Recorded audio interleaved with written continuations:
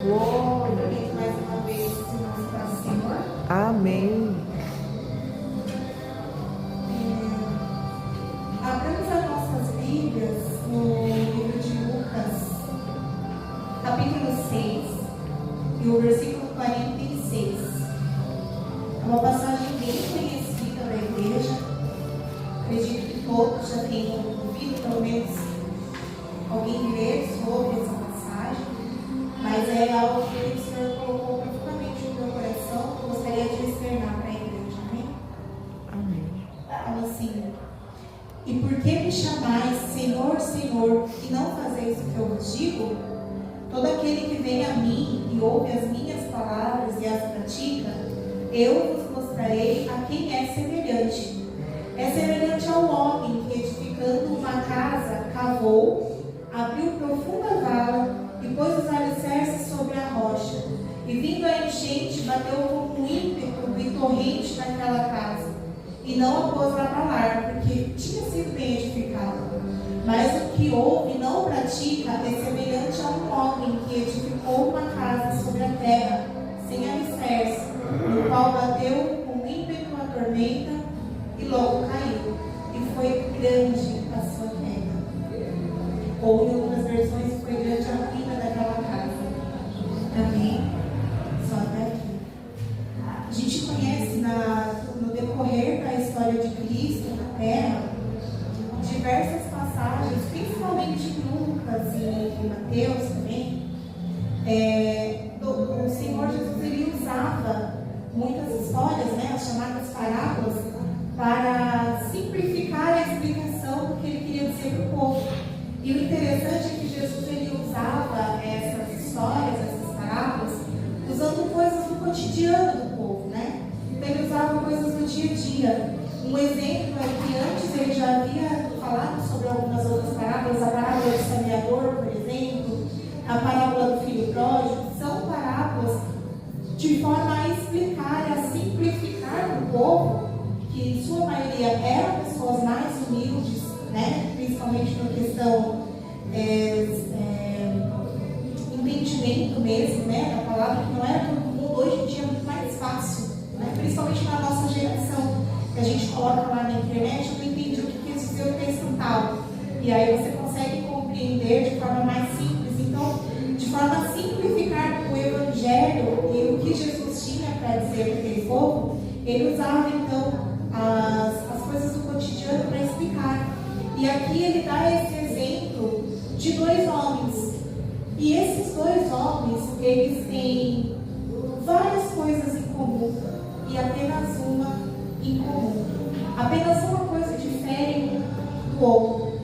Mas essa pequena observação, essa pequena coisa que difere um do outro, é exatamente o que vai prever o futuro daquela pessoa. É exatamente essa diferença que vai dizer como será o futuro daquela pessoa.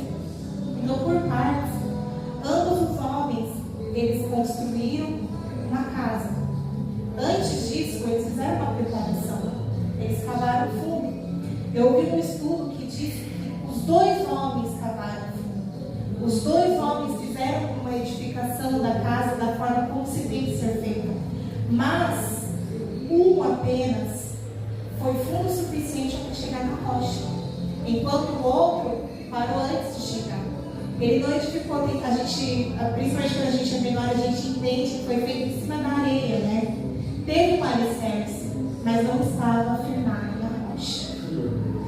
Então a diferença é onde você tem firmado o seu alicerce. Será que ele está fundo o suficiente para chegar até a rocha? Ou você chegou, quando está pertinho, cansei. Aí para. Foi o que aconteceu com esse homem. Então, assim como os dois homens fizeram o fundamento, fizeram um alicerce, construíram a casa, e os dois homens passaram pelo mesmo tormento. Os dois homens passaram pela mesma tempestade, pelo mesmo vento, e mais uma vez, por causa de uma decisão de não ir fundo o suficiente até a rocha, um deles teve uma queda. E não foi qualquer queda, a Bíblia fala que foi grande a sua queda. A gente aprende no livro de Coríntios, em 1 Pedro também. 1 Coríntios 10, 4. Vou abrir aqui para que os irmãos entendam. Se os irmãos quiserem também acompanhar.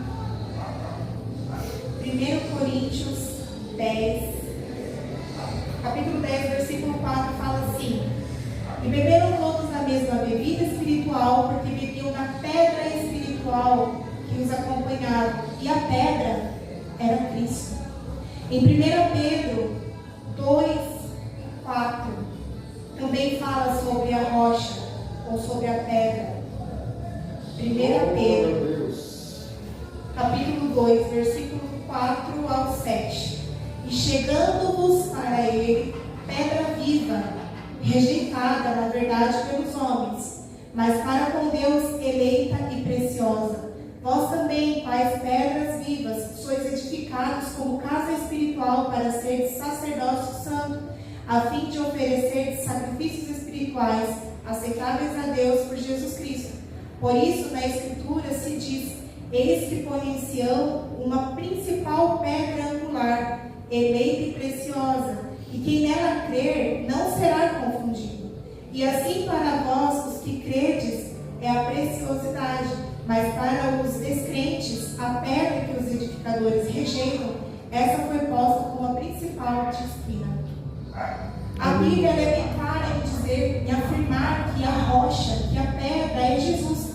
Inclusive lá em Êxodo, quando Moisés ele fere a rocha, é exatamente o que impede ele de chegar até o céu, de chegar até a terra prometida, no caso. Porque ele feriu a rocha, e a rocha é Cristo. Então o tempo todo a palavra ela dá sinais de que a rocha é Cristo. A valiosidade que é você firmar a sua casa numa rocha.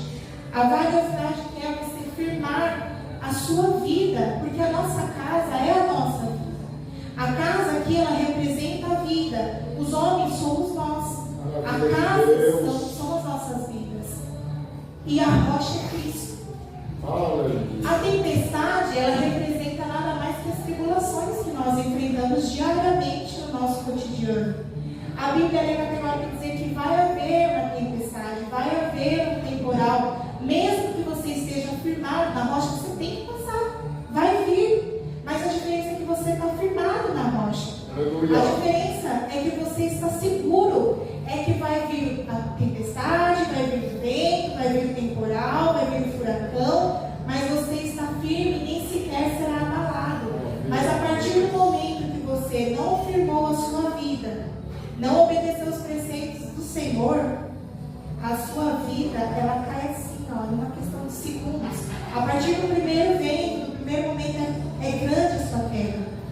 Eu falei anteriormente que os dois homens eles tinham muitas coisas semelhantes e apenas uma diferença. E qual seria a diferença? O próprio Jesus fala: ouvir e não praticar. Ele está dando esse exemplo e fala: olha, se você ouve e não pratica, eu vou dizer quem você parece. Agora, se você ouve e pratica, eu também vou dizer quem você parece. E ele explica de uma forma muito simples e muito fácil da gente entender a importância do praticar, do obedecer, porque praticar nada mais é do que se obedecer que a palavra diz. Eu estava vendo esses dias alguns debates cristãos e eu ouvia coisas assim que eu ficava horrorizada com algumas pessoas que se diziam cristãs e falavam coisas absurdas ou queriam impor algo ao nosso cristianismo, dizendo que vocês cristãos têm que fazer isso e isso, aquilo. Não é o fulano ou o ciclano que tem que dizer que eu faço, o que eu faço ou o que eu deixo de fazer, é a palavra que me diz. É o meu manual de sobrevivência nesse mundo. Quando Jesus ele veio até a terra, o próprio Jesus seguia as orientações da palavra. Ele nos ensinou assim. Ele deixou um ensinamento antes de vir, ele deixou um ensinamento assim que ele veio, ele deixou um ensinamento depois que ele partiu. Aleluia. A nossa vida ela não está largada. Ele não falou assim: vocês têm que ser cristãos e acabou e é isso. Ele ditou algumas regras, ele ditou um plano para que a gente pudesse seguir. Porque se a gente segue esse plano, a gente automaticamente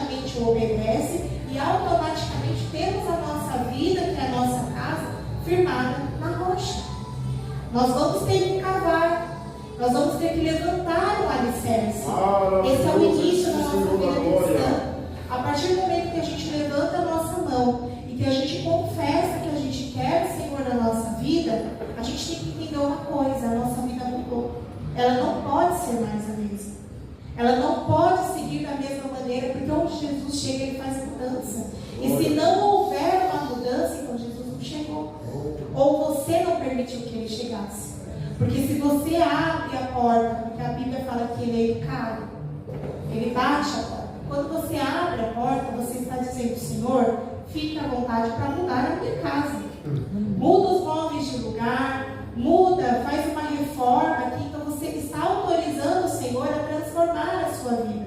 Então, a partir do momento que você permite que Ele transforme a sua vida, você também tem que se permitir seguir as orientações para que você se mantenha naquela vida. E eu estava ouvindo nesses debates, e eu ouvi uma pessoa falar assim: eu estou no tempo da graça, eu sou serva do Senhor, e para mim Deus é amor e Ele me usa da maneira como Ele quer. Eu não tenho que mudar agora, porque eu sei que Deus vai mudando com o tempo. Aí eu fiquei ouvindo aquilo, e a pessoa que estava conversando com essa moça falou assim: então você não está. Ele falou assim: então você não conhece Jesus, porque não é assim que funciona. Ela falou assim: eu conheço, Ele é amor. Ele falou: tá, Jesus é amor de fato, mas Ele também é transformação, Ele também é mudança, Ele também é nova vida, e melhor, Ele não é escravidão. E o que você vive é escravidão. A palavra diz que para a liberdade eu vos chamei, para ser livres eu vos libertei, para ser livres. Estar no mundo fazendo o que você quer ou o que você deseja, você ser escravo do desejo, você ser escravo do pecado. Então, quando você se posiciona e fala para o Senhor: pode entrar, pode fazer da minha vida a sua casa, pode fazer da minha vida, pode ser a rocha no meu alicerce, as coisas precisam mudar. Elas precisam de uma mudança, porque se não houver uma mudança na primeira tempestade, a casa cai. E ela cai mesmo. Porque a Bíblia fala que pode haver essa queda, que o cair é do homem. Mas a gente não pode ser só homem, a gente tem que ser Deus também, tem que ter Deus dentro da gente. A gente precisa dar lugar para o Espírito Santo trabalhar, porque a partir do momento que Ele entra e Ele trabalha na nossa vida, tudo muda. Não é só ouvir a palavra fala. Jesus, o próprio Jesus fala. Ele estava dando ali uns ensinamentos para o povo, e Ele mesmo fala: o que ouve e pratica é muito diferente. Tem muita diferença de apenas ouvir. Às vezes a gente fica assim entupido de palavra, né? E fica assistindo a palavra o tempo todo, e ouve. Mas aí você termina de ouvir, você vira para o lado e faz tudo errado. Adianta? Ou então você passa o dia inteiro lendo. Aí Jesus vai falando assim: é porque é lícito que faça isso, aquilo. Aí você faz tudo o contrário. Não adianta, você está sendo insensato. É insensatez. É tolice. Porque a Bíblia dá orientações o tempo todo. Isso me faz lembrar daquela parábola também que Jesus falou das virgens. Preparo. Sabe? Todas estavam aguardando a mesma coisa. Mais uma vez, apenas uma coisa diferenciava as 5 loucas, as 5 prudentes. O que era? O preparo. Todas esperavam o noivo. Todas eram noivas, noivo. Mas apenas 5 estavam preparadas. Você tem certeza que você está preparado? Será que você está preparado? Será que você está edificado? A edificação também é um preparo. Quando você edifica a sua casa, sua rocha, você não está só entregando a sua vida para Deus operar, para Deus agir. Você também está se preparando para o dia mal. Você está se preparando para as adversidades. Você está se preparando para a tormenta. Então, além da segurança que a rocha vai te proporcionar, ela vai te proporcionar abrigo, ela vai te proporcionar vitórias, ela vai te proporcionar um lugar seguro, um lugar bom para ficar. Isso é a rocha. Segurança. As tempestades vão vir. A gente sabe que vai. As tempestades vão acontecer. Deus deu essa certeza. Ele nunca disse que seria um mar de rosas. Nunca disse. E eu ainda acho que a gente vive no mar de rosas. Porque se nós formos comparar a nossa vida cristã hoje com os cristãos do passado, que eram torturados, que eram queimados, que eram lançados no fogo, assim como nós temos alguns exemplos aqui.